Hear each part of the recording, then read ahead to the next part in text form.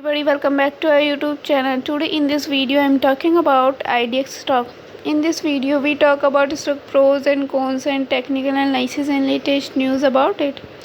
Stock is trading at 0.098 US dollar with 4.37% positive in a day. We can easily see stock was volatile for a day. The volume of stock was recently at all-time high. So the fundamental stock is much better, pretty better than other penny stock.